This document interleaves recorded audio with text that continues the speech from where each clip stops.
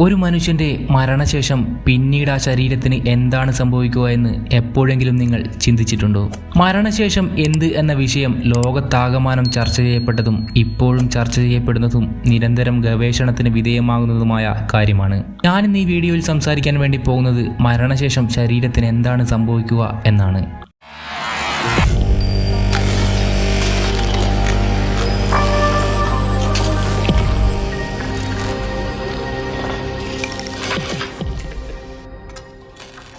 ആദ്യം ഹൃദയത്തിന് എന്ത് സംഭവിക്കുമെന്ന് നോക്കാം. ഒരു മനുഷ്യൻ ജീവനോടെ ഉണ്ടോ അതോ മരണമടഞ്ഞോ എന്ന് പരിശോധിച്ചുറപ്പിക്കുന്നത് അയാളുടെ ഹൃദയമിടിപ്പും പൾസും പരിശോധിച്ചിട്ടാണ്. അതിനാൽ ഒരാൾ മരിക്കുമ്പോൾ സ്വാഭാവികമായും അയാളുടെ ഹൃദയം നിശ്ചലമാകും. അങ്ങനെ ഞരമ്പുകളിലേക്കും മറ്റുമുള്ള രക്തയോട്ടം ഇല്ലാതെയാകും. ഇങ്ങനെ സംഭവിക്കുമ്പോൾ മനുഷ്യ ശരീരത്തിലേക്ക് മൊത്തമായുള്ള രക്തയോട്ടം ഇല്ലാതെയാകുകയും ചില ശരീരഭാഗങ്ങൾ വീർക്കുകയും വിളറുകയും ചെയ്യും. വിളറിയ ശരീരഭാഗങ്ങളാണ് ശരിക്കും രക്തയോട്ടം പൂർണ്ണമായും നിലച്ച ഭാഗങ്ങൾ.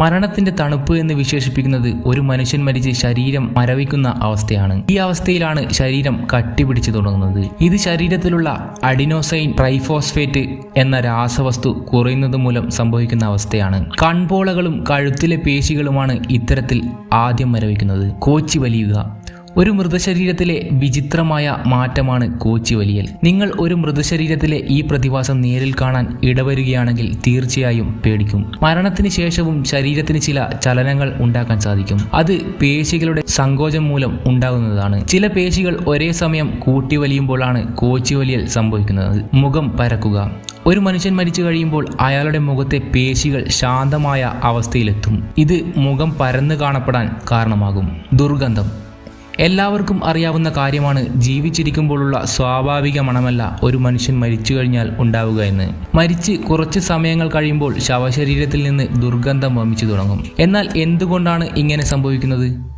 ഈ ദുർഗന്ധത്തിന് കാരണം മരിച്ചു കഴിയുമ്പോൾ ശരീരത്തിലെ ജഡാവസ്ഥയിലെ കോശങ്ങൾ പുറപ്പെടുവിക്കുന്ന ശരീരത്തിലെ എൻസൈമുകൾ എന്ന് വിളിക്കുന്ന പ്രോട്ടീൻ പദാർത്ഥങ്ങളാണ്. അണുക്കളെയും പൂപ്പലുകളെയും എന്തോ മരിച്ചിട്ടുണ്ട് എന്നറിയിക്കാനാണ് ശരീരം ഈ ഗന്ധം പുറപ്പെടുവിക്കുന്നത്. ഈ ഗന്ധം ലഭിച്ചാൽ അണുക്കളും പൂപ്പലും പ്രവർത്തിച്ചു തുടങ്ങുകയും ശരീരകോശങ്ങളെ ഭക്ഷിക്കാൻ ആരംഭിക്കുകയും ചെയ്യും. അതാണ് ശരിക്കും ശരീരം അഴുകിപ്പോകുന്ന പ്രക്രിയ. അയഞ്ഞ ചർമ്മം മരണം സംഭവിച്ചു കഴിഞ്ഞാൽ മാംസം എല്ലുകളിൽ നിന്നും പേശികളിൽ നിന്നും വേർപെട്ടു തുടങ്ങും. ഇത് ശരീരത്തുള്ള മാംസം അയഞ്ഞതായി കാണിച്ചു തരും. എല്ലുകൾ ദ്രവിക്കും.